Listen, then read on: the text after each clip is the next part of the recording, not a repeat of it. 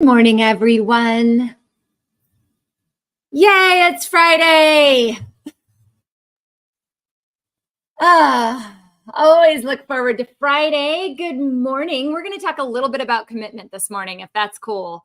So I'm going to give you guys a second to hop on all of these lovely platforms I'm on. Good morning. I see you jumping in. If you can give me a hello, a heart, a thumbs up, let me know that my sound is working, video is working, you can hear me. Hello, thank you. I appreciate that on Instagram. So we've got Instagram, Facebook, YouTube, LinkedIn, and one other. Why am I not remembering it? Instagram. So good morning to everyone. I want to pose an idea to kind of chat about. One of the things that I've learned in my many years of practice and just speaking to a lot of people over the years is that when something keeps being brought up to me in all my one-on-one consults and stuff, I usually find that a lot of other people in the world are feeling the same way. There's this energetic thing where we share this energy. We may not realize it. And so whoever's kind of in my circle, typically people that are also in my circle are feeling the same way. And it's been interesting because in the last couple weeks, I've had quite a few people say the same thing. So here's what I'd like to ask. I know I'm kind of jumping in. Am I good? Oh, hello, Naya. Thank you for confirming that we're hearing. So I want to jump into this idea that how many of you feel like you commit to your health and then you're doing pretty good? And you're like, okay, I'm doing it. And then life hits you and you fall off the wagon, or you have to take a step back, or you feel like you have to deprioritize what you were doing because of stuff that was out of your control or because life came along. Anyone? I know this is common. I mean, we see this in the statistics with people trying to lose weight. Like we see this in weight loss statistics, right? People will jump on, they'll do some sort of diet, whatever it may be. They lose their weight. And then, within 2 years, they've gained it back. And within 5 years, often they're heavier than they were when they started, right? We see this all the time. Yes, thank you, all the time. You're like, okay, I've got it. I've started this new program. I've done this new thing. I'm going to commit to it. And then it's like, everything just crashes you down, right? Yes, also taking care of others, right? So I want to talk a little bit about this because I think it's important. I think anytime you commit to anything, there are certain traits of people that are successful with any commitment or anything that they're trying to accomplish, and certain people that tend to kind of get distracted by what's going on around them. And I've been there. I'm still there. I mean, I get stuff coming at me all the time, and I have to have really serious conversations with myself on, am I going to stay committed to this or not? Am I going to let this set me back or not? Right? Alyssa says, yes, I lost my mom in January. It made me fall off the wagon. Yeah. I know how you feel.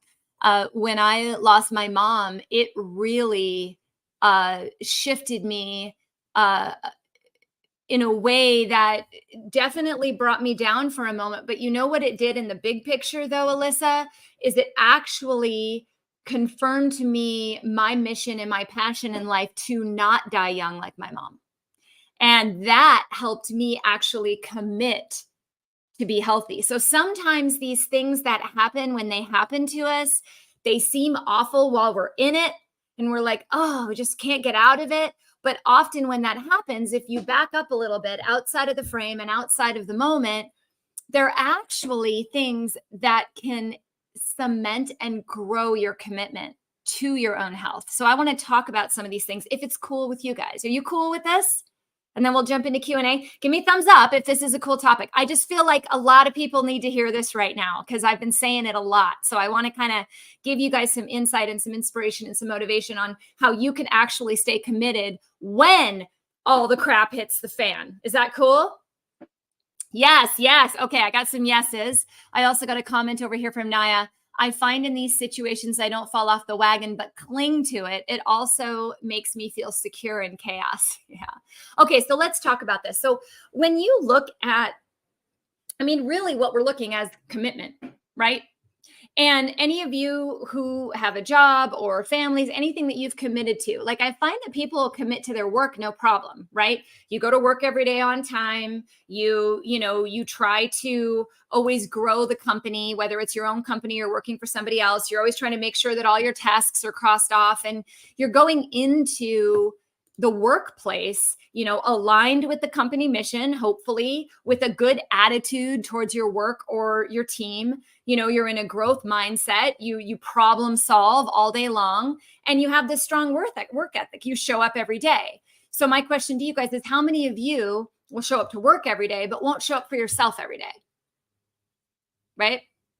You get to work by 9 a.m. and you'll start your job and you answer your emails, but you're not showing up for yourself, right? So why is it? Why do we have such an ability to commit to other people's needs and other things, but we can't do that with ourselves, right? Is that just something ingrained in us, right?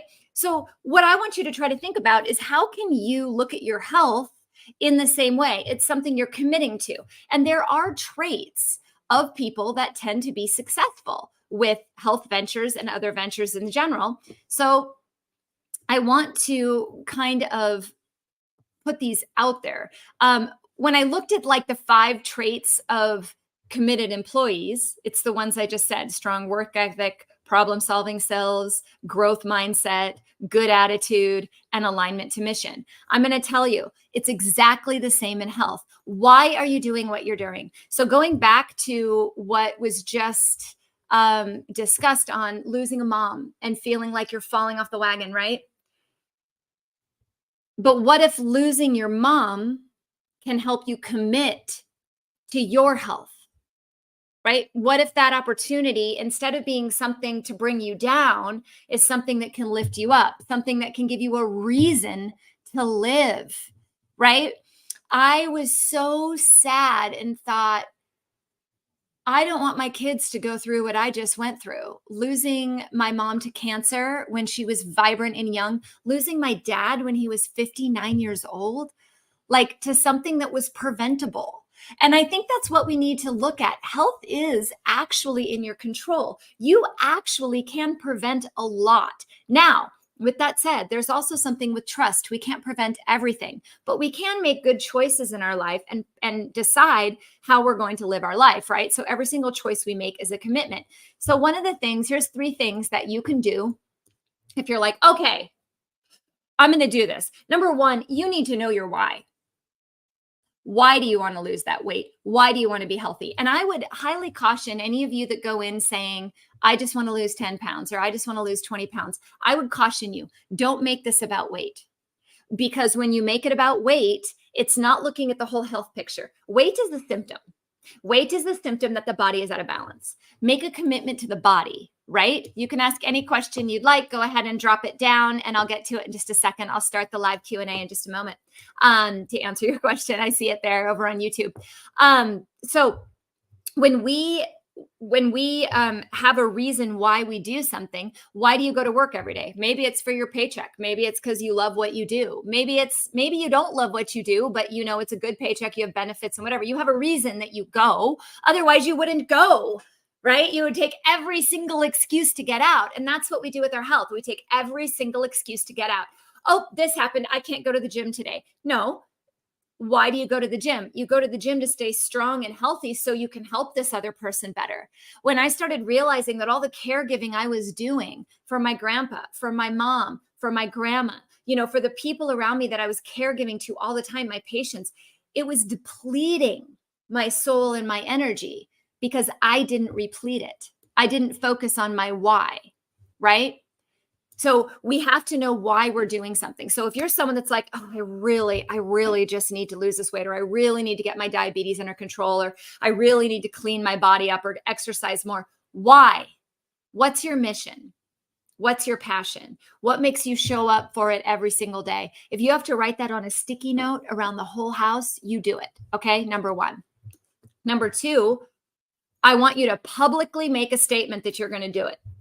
To your friends, to your family, to everyone. I am going to commit to this lifestyle. Don't worry about what they have to say. Okay. Just do it. Jim, that's a great point. And I want to come back to that in a second. We'll talk about that in a second. I see your point. It's a great point. So make a public statement of intention. This has been shown to be highly successful in people who commit to something. There's a reason when I work with people one-on-one, they sign a contract. They sign a contract that says, I'm in for a year. I'm going to do it. I'm going to be open. I'm going to be coachable. I'm going to work with you. I'm going to be vulnerable. We're going to talk. We're going to get into the nitty gritty of it. And I'm going to show up every time. Okay. So give yourself a contract, sign it, right? There's a lot of stuff around picking a specific time and date for completion. And I want to just say, I do believe this is really important to say, I'm going to start it. Although everybody always says, I'm going to start this tomorrow. How many of you are like, oh yeah, I have this new plan. I'll start tomorrow. Oh, I'll start after Christmas. Oh, I'll start next week. You have to start now, today, right now. With one thing, one choice. You don't do it perfectly, but you make one choice right now. If I want to change my life, I have to make a choice right now to do that and commit to it. Now, that may simply just be my first step is by the end of 2 weeks, I'm going to be drinking 100 ounces of water a day. Okay. These don't have to be big goals. You're not going to lose 20 pounds, right? We're not going to be doing these things in 2 weeks, but pick something, make one choice. You don't have to commit to everything in one moment right now, but you have to commit to something. The most successful people in life, in anything they commit to, they do one thing every single day towards their passion and their goal. One thing. So if you know your why, make one choice every single day. Every time you're faced with a choice, make a choice, right? That favors your why. If you have trouble making that choice, you're like, let's just use the gym as an example because it's a common one. I mean, we could apply this to so much, right? But let's just say you're like, okay, I'm supposed to go to my Pilates class at 9:00 and you're getting all ready and someone calls and says, oh, I really need you to get this email done for work. It's really important. So-and-so's behind. You need to step in right now. And you're like, okay, I'll just, you know what? I'll do that first. I'll go to the gym later. Then what happens? We don't go to the gym later, right? Now, I'm not saying that there aren't instances where you literally do have to interrupt that and maybe do that, but you can't do that without setting the next time for when you're going to the gym. So like you may say, okay, I can't go at 9. So I'm going to move things around. I'll take care of this now and I'll go to the gym at noon. Not tomorrow, later. Or I'll go do my workout in my bedroom. I'll go do some planks and some squats, or I'll go for a walk. Or, you may have to modify and be flexible. And that's my point. When you set dates and times, some people think if you're not 100% rigid on it, you can't be successful. The bottom line is life is variable. Life is flexible. That's the beauty.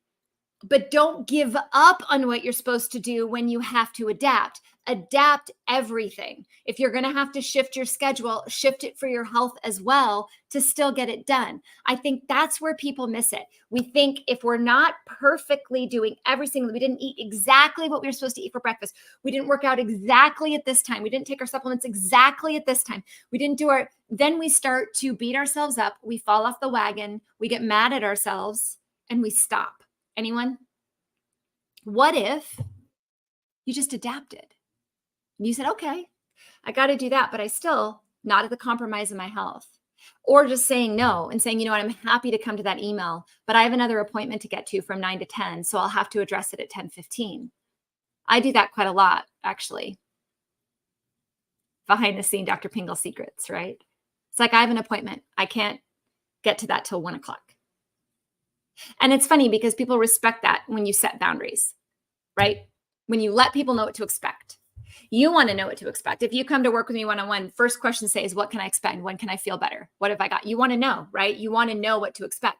Here's the cool thing about commitment. If you commit to it and you set timelines for it and you have goals for it and you know why, you will actually be able to predict response, right? You have to commit to it though. So important, commitment. And then also the last thing with setting dates and times. So make an intention, right? Say it out loud. Tell people out loud what you're doing, right? Set a date and time. Okay.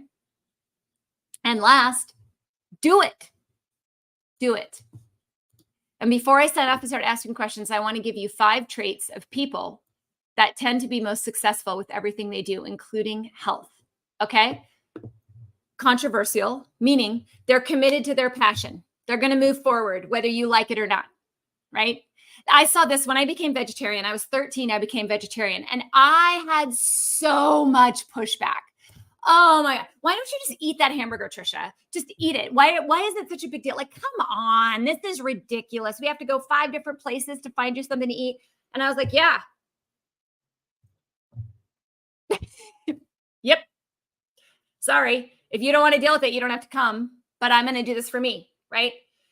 So controversial, meaning you're committed to why you want to get healthy. I see this with some of the most successful people. I've had the luxury of working with so many people over the years that come in and they're like, I'm going to do this, whether someone tries to stop me or not.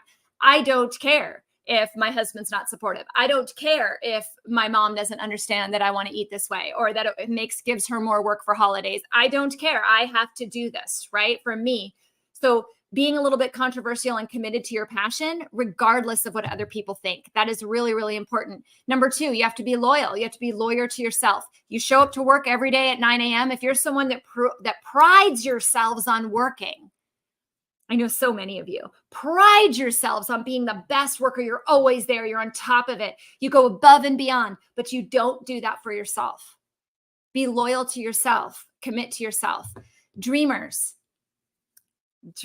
have goals. Dreamers like to imagine what it's going to be like to become this or that. There is a lot of value in that. Imagine what your life would be like if you committed to these goals. Tough. You got to be tough because guess what, guys? Someone's going to knock you off that wagon and they're going to try to beat you down and they're going to stand on top of you. And you're going to have to be like, get off. I'm getting back up. So be it. Like, doesn't always go my way. And lastly, and this is my favorite, people tend to be happy. People that are happy tend to commit to their goals more. Why do you think that is? You want to know?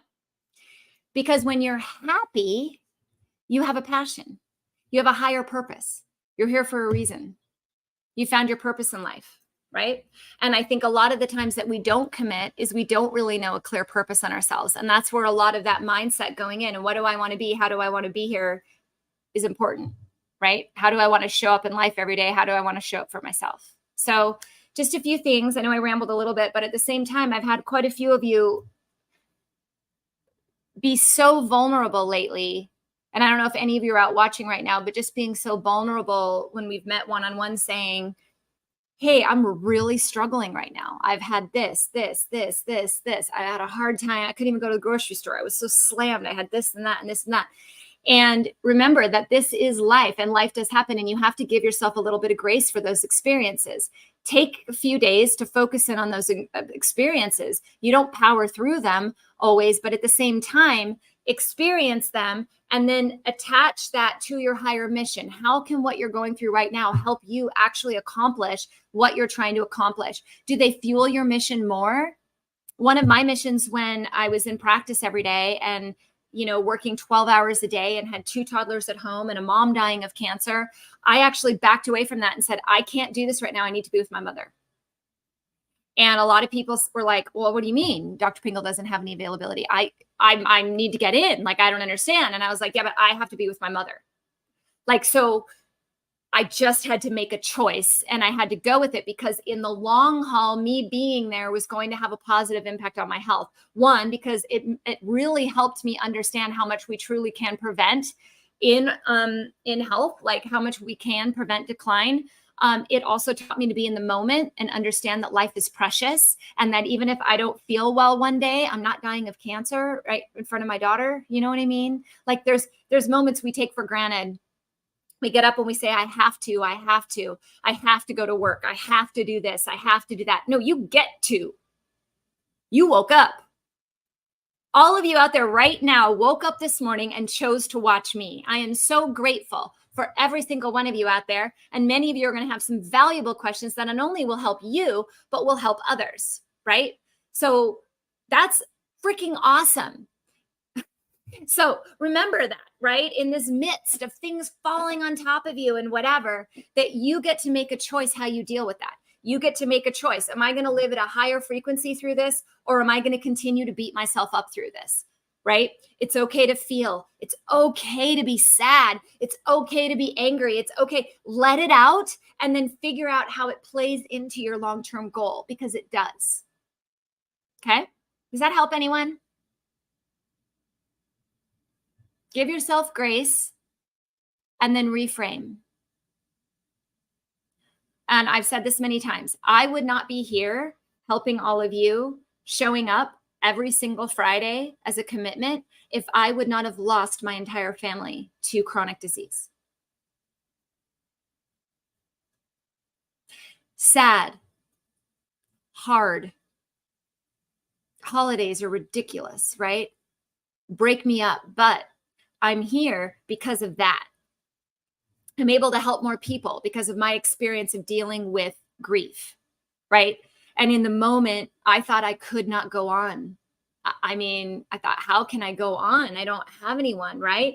But I did. And I backed up a little bit and said, all right, I have a choice. I can let this take me down, or I can let this fuel me. How does what's happening to you right now, when everything falls on top of you and you're like, oh my God, how does that fuel your passion? It comes back again. What's your why? Where do you want to be a year from now, 5 years from now, 10 years from now? Weight loss doesn't happen in 6 weeks, because a goal 6 weeks is over in a heartbeat, right? We need to set health goals that are long-term, right? Okay. Jim had made a comment here, which I think is interesting. He had said, don't lose weight the way Karen Carpenter did. She put her health on the back burner. If only she knew how much she would be missed. Yeah. And when you restrict eating like that, this is how I grew up in the modeling industry. Okay. My first job, I think I was crawling. So I was probably 6 months old. My mom was a professional model. She was, I wouldn't say that she was well-known, but definitely well-known in her circle, ridiculously talented, very beautiful, skilled model, but grew up in a world where it was all about the exterior and looking good. And I grew up in that world, and I grew up being very tall and thin and being told that I was fat, right? We grow up in this world of, we restrict to be better, right? We don't grow up in a world of abundance. We grow up in you need to restrict yourself. You need to control yourself. Like, be quiet, just do what they want. And I was told that from the time I was little. Just don't be yourself. Just be what they want you to be, right? If they want you to be skinnier, you be skinnier. If they want you to be quiet, you be quiet. If they want you to laugh, you laugh. If they want you to cry, you cry. You don't worry about how you feel. You just do what they want. That's how you make money. That's how you succeed. Now, I'm not lying when I say that's what the modeling industry was like in the 80s and 90s, for sure. It was awful in that respect. And I'm sure it had huge impacts on me and how I developed in my self-worth. But we can apply this to everything. How many of you zip up because other people expect you to zip up, right? And not live you as you? Fat shaming. Yeah, Jim, I mean, it wasn't. I was thin as a rail. I wasn't like thin shaming. But, how many of you live on other people rather than yourself, right? Or suppress who you are, right? And through all of this healing that I did, through starting to learn more about health and more about how those ideas that I was raised upon were actually harming me, how restricting diet and worrying about what everyone else thinks of me and using food as a control mechanism ruined me in some respects. But at the same time, when I grew up and I started to learn the tools to truly be healthy and started to deal with the grief and started to deal with my lack of self, whatever, I started to come out of my shell. And when I started to come out of my shell, I started just speaking. Right now, this isn't scripted. I don't script any of these lives. And there's probably times that I say something and someone's like, whoa, that's offensive, or that's this or that, or I don't like that, or I don't agree. And I say, great. I am going to live unapologetically me for the rest of my life, who I am in my core, and fight for my passion. And I want every single one of you to figure out what your passion is in any arena of your life and fight for it just as hard. Just be you. I don't care, right? Be you. And the freedom to be able to be you is something that's very liberating in health. And I think it's one of the things that holds us back from actually committing to things. Would you guys agree? We're worried about what everyone else will think of it. Well, what will they think when I go to Thanksgiving and I don't eat turkey?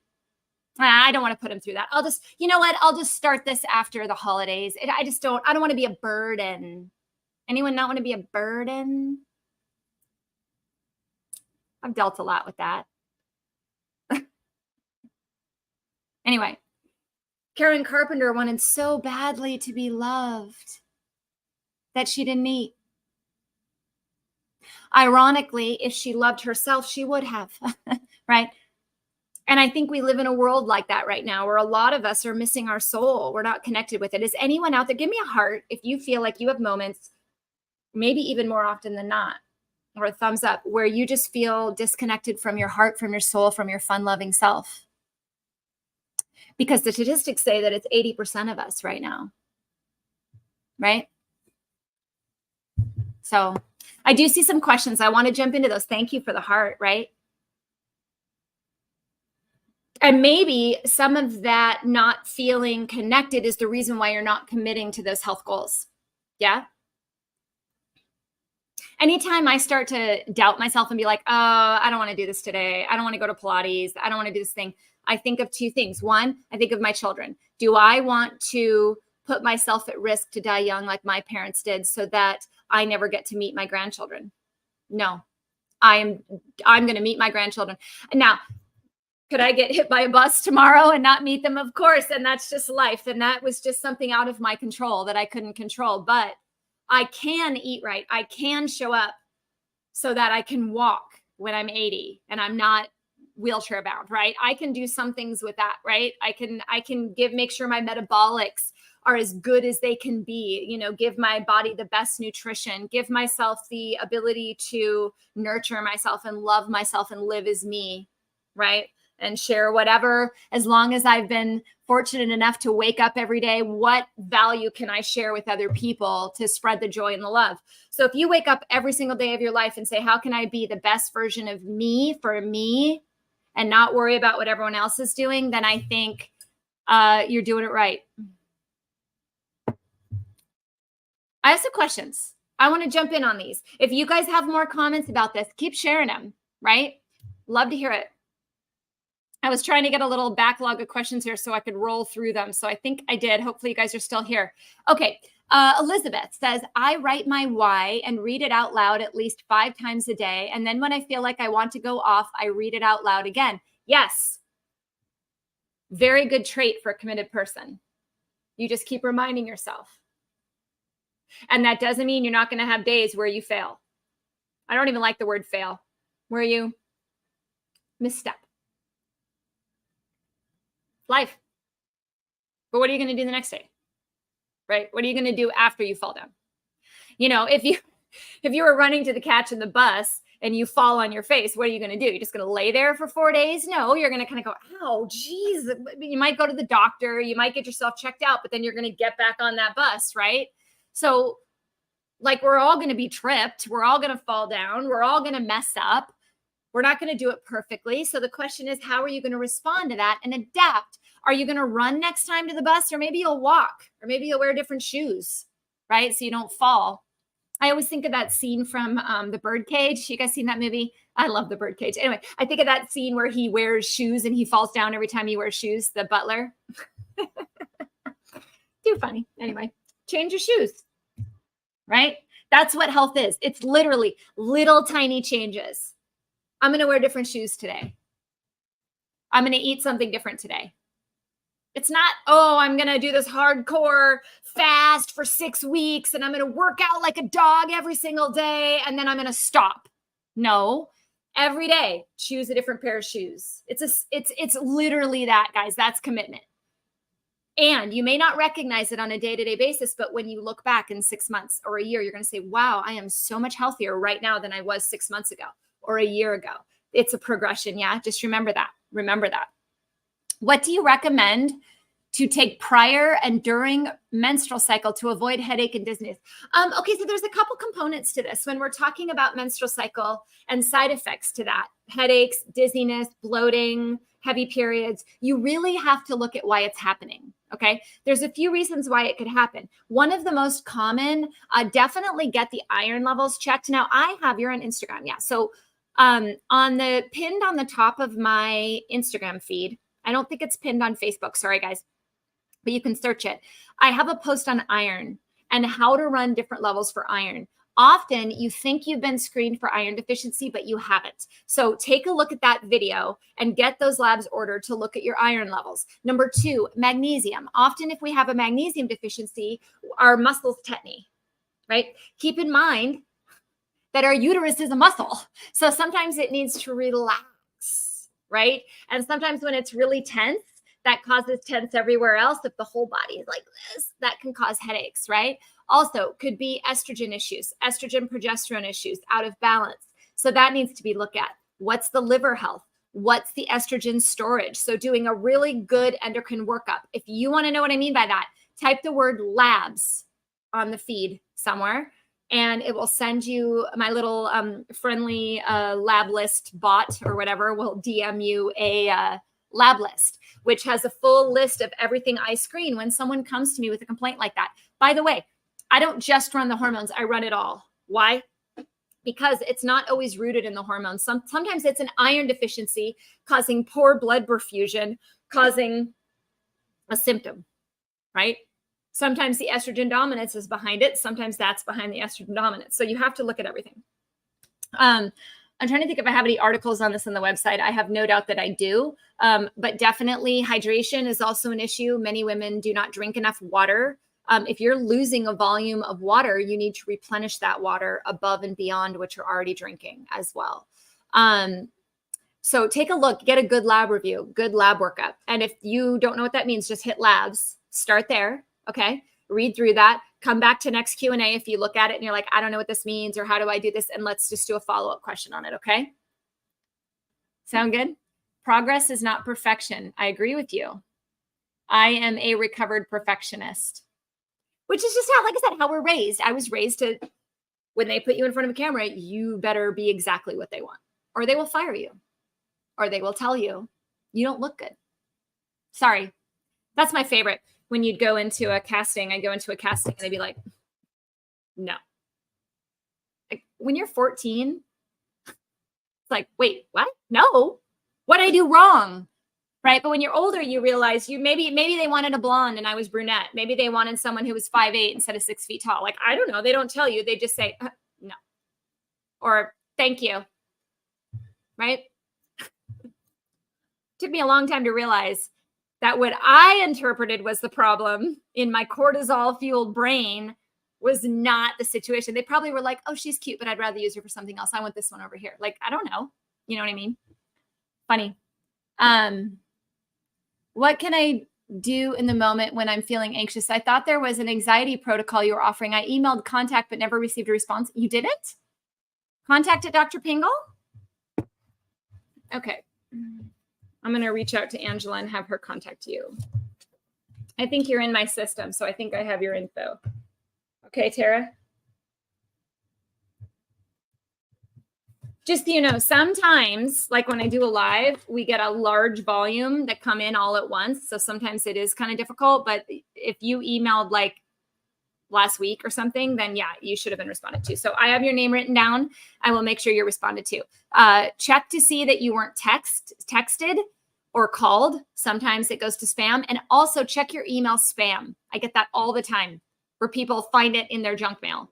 So make sure you add contact at drpingle.com to your approved senders list, and I will have Angela reach out to you. Okay, sweetheart? So keep a lookout for her. If you hear from someone named Angela, yes, it's from me. Okay? I started a group fitness and it's helping me with stress and anxiety a lot. Yeah. Not only is the fitness, but also the fact that it's in a group. I have an amazing group of people in the Total Energy Turnaround program right now. And I feel so connected with all of them because they just show up and we all support each other and we're all going through crap, right? All the time. And reaching out and supporting each other. So there's something about the group aspect of it as well. I go to dance class twice a week, 3 hours a week, and it's the girls that get me there. You know, it's the people that I see that get me there. I shouldn't just say girls. There's guys in my adult class. Garden News says, I have created a calendar and inside each day are several things I want to accomplish. And I check them off when completed and that helps and feels great. You know, it's funny with like all this stuff with apps, right? we have all these apps to do everything for us now, and we get all these notifications, yet we're more scattered. Sometimes I think there's a lot of value in just physical lists that you can cross off. Going back old school, right? Handling things in the order of operations as opposed to who happens to ping you in that moment, right? So one of the things I've had to really learn how to do to manage my stress, which maybe would be helpful to you, is obviously I'm a concierge doctor, right? So people can reach me all the time, right? So let's say I go to sleep and someone pings me in the middle of the night, right? And I'm up getting breakfast and I first sit at my desk, and let's say I sit down at my desk with the goal of going to the old messages first, but somebody sends something over right then at 9:01 and I handle them first, but they weren't first. They were actually fifth, right? But I handle it because it was the first thing I saw when I sat down, right? Versus if I did it in an order of a list that was handwritten down, where it was like, oh, I have to do this first, then this, then this, they actually would have been at the bottom, and I would have started working through, and I would have gotten all of them, probably would have gotten to that person by 9:30. But, just remembering that just because something pings you or comes in does not mean it's urgent, right? It's this luxury we have of apps and notifications and whatnot are great, but they can really confuse the brain in feeling like something's more urgent because you just saw it.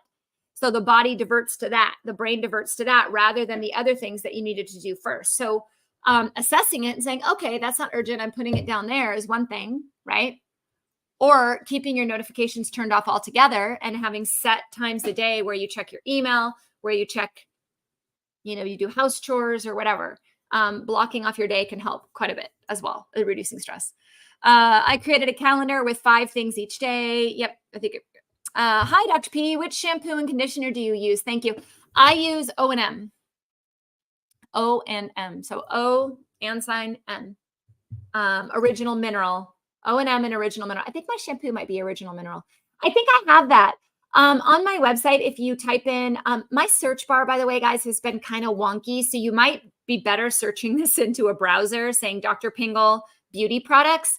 But I have an article where I list a bunch of beauty products, and I do believe I link directly to the shampoo and conditioner I use. I think it's Original Mineral, and I love it. I've really made a point of going to more natural products over the years and not putting so much toxic load in my body, including my nail polish, which has been great. I've definitely noticed a benefit. Labs. I think it'll work when we're live. If for some reason you didn't just get a DM when you type that, then as soon as this is done, type labs again. Okay. Yes. People saying yes. You're welcome. Okay. I haven't seen much on Facebook and YouTube today. Does nobody have any questions? No? Quiet today. Well, I hope this was helpful, because a lot of you really, I think there's an energy right now. I think it's May in general. There's a lot going on. And sometimes I just want to remind you, I want everyone to walk away from today and write down your why. Why do you want to commit to your health? Why do you show up here every Friday? That's a commitment, by the way. Something to be honored, grateful for. You show up here. Maybe you haven't taken action yet. Maybe you're not there yet. Maybe you're like, I don't know. I'm just not ready to do it, but I'm listening. I'm showing up. That's a commitment to your health right there. That's one step, is showing up and asking questions, right? I think that's actually the first step, right? Showing up. There's 3 things that I think are really important in general. And I say this to all of my clients as well, because I think this is really important. And this is something that I screen for when I work with people, right? Are they going to show up? Are they going to be open? And are they going to be vulnerable? Are they ready? Are they ready to say, yep, I'm going to tear this open. Let's just do it. I'm ready. I found my why. I want to get there. And I'm going to do anything I can to get there, right? Healthy. Anything I can in a healthy way to get there. So these are really important traits and really important things. So if you're sitting there saying, yeah, this all sounds great, but she doesn't understand my life, or she doesn't understand what I went through. I don't, right? Unless you share it with me. If you share it with me, I will, right? We all have been through a lot. I share little pieces of my life every time I show up with you guys. It takes time to get to know people, but showing up here, asking questions, being open, being vulnerable, being willing is the first step towards health. So you're already doing it. Good job. You didn't fall off the wagon today. You showed up. You're definitely part psychologist. Not in training, but I was going to be a veterinarian. And I think the coolest part about veterinary medicine was behavior. I found it interesting how animals would change their response based on my energy. So I worked in a cat hospital for a while that was only cats. Now, anyone who's worked with cats know that cats tend to get a little freaked out when they go to the vet, right? And I found that when I approached them with a frantic energy, they approached me with a frantic energy, right? But if I went in there with a confidence and a calmness and a connectedness, I could draw blood on kittens and cats without any issue, where other people would take the same cat and the cat would tear them apart, right? Watching how animals respond to energy. We're animals. We have the same response. So if we surround ourselves by people that are constantly bringing us down, or we allow other people's energy to bring us down, we're going to freak out. So even going back to Tara's question about anxiousness, how do you keep your anxiousness at bay? You have to block that out. It may not be you. Does that make sense? It may not be you that's innately anxious. It could be you taking it from other people. Maybe you're just a very empathetic person. And you sit there and you say, well, I don't have anything to be anxious about. My life is great, but I'm anxious all the time. Well, you might be absorbing that from your environment. You might be putting yourselves into situations where you're not setting your boundaries up correctly, where you're not honoring yourself in your own space, right? So when you walk into something and you walk into anything in your life, if you've ever noticed the people that just walk in with commitment and confidence, they get there a little bit faster.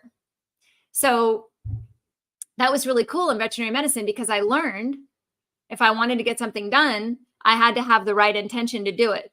And I had to have the right energy to do it. And then I just had to do it. I couldn't tiptoe around, oh, let me try to see if I can hold your vein down to draw it. No, it was like cat down, like drawing blood out, right? I didn't get to timidly approach the cat. I had to approach it with confidence and calmness, right? And I think with people, we're the same way. So think about that. How are you going to show up to your life and present yourself to others? And how are you want them to see you? How do you want them to perceive you in health? It is a lot of psychology, though, don't you think, Jim? Like, health is psychology. It's outlook. It's committing to yourself. Just like you commit to everybody else. All my little caregivers out there. I'm a caregiver. I give care every single day of my life. So I get it. Trust me. Trust me. I do. And I may not look like it now because I'm happy a lot and I'm out here, like, oh yeah, whatever. But it's been a life, and that's cool. And I'm so grateful for it. And I'm sure that I'll have another huge challenge, that I'm going to have to face and go through, and I'll go through it with you guys right on screen because I'm vulnerable and open. Yeah. So did I have any other questions before I head off? Oh, wait, I did. Let me get this. I just don't think HRT is for everyone. It seems to be pushed by everyone right now. It makes me suspicious. Okay, so pushed by. Let's read into that for a second. If you just give me a second. Okay, so for example, if I go to my Instagram feed, it's all adrenal doctors. They just pop up cortisol, cortisol, cortisol, cortisol. Now, if I go out into the health world, if I go to a huge conference and I say, okay, everyone that does adrenal fatigue, raise your hand, I'm like the only one, right? But the algorithms, what's being fed is aligning with something I've Googled or something I've done or whatever. So sometimes when it looks like everyone is pushing it, it's just what's being pushed in that particular scenario, whether it's an algorithm that's pushing this information towards you because you happen to search something at some point, or maybe there's a clinic nearby and everyone that goes through that clinic, everyone that's local there tends to go to that particular clinic, which has that viewpoint, which looks like everyone. So I would say, being in the medical profession, I don't find that it's pushed everywhere. I find that there's definitely benefits to it in certain people in the right dose at the right time. And that goes for anything. It's a medication. So it shouldn't just be given to everyone. And if you're with a provider that's actually looking at the why and the root cause, and they also know that you don't prefer it, there's other ways around it. So just know it's not always being pushed. I just think it's easy for people, It's easy if you say, oh, I really want to lose weight. Well, here's a hormone. It'll help you do that. It's easy. It's not necessarily accurate. But my thoughts on HRT are: 1, don't use the synthetic, use the bioidentical. Number 2, use it in the lowest effective dose for the desired outcome. And number 3, only do it if it's deemed appropriate to do it, not for a symptom. Don't use hormones just to suppress a symptom. Use hormones to repair a pathway. Like, there's an actual reason. The long-term goal is to fix this, and this. Does that make sense? Okay, cool. Let's see. What does that say? Pushed, advocated by beauty influencers, fashion influencers, and exercise influencers. Yeah. Yeah. Yeah. I mean, I'm perimenopausal. I have hot flashes like 6 times whenever we're during these lives. I don't take hormones yet. I don't know if I will or not at the moment. It doesn't make sense to me. I don't need it. I don't feel like I need it. My body's well balanced. My levels are fine. I wouldn't just take it for hot flashes, right? So, all right. All right, guys. Today's a good day for me. I got to go get a massage. I had to flop my Pilates workout. Normally I go to Pilates first and then a massage, but then there was a switch in schedule. So I'm going to do a massage and then Pilates. So once again, I'm still committing to the same thing. I just changed the order today, which is totally acceptable. So I want all of you to walk away today with your why. I want you to sit down and think about, why do I want to commit to health? Why do I show up here and ask for Dr. Pingle's advice, right? What am I trying to seek in my life? What am I trying to get to? So that when you show up here, you can ask questions that help you, because I want to help you. Okay, so let's do that. Tara, promise you, I will reach out to Angela right now and let her know to reach out to you. Okay. And anyone else who's interested in the Total Anxiety Turnaround Program, by the way, if you go to my website, I have a phone number. So if you ever reach out like through email or something, you don't hear back, technology is weird. You can always call and leave a message on the voicemail of my office. And she will call you back as well.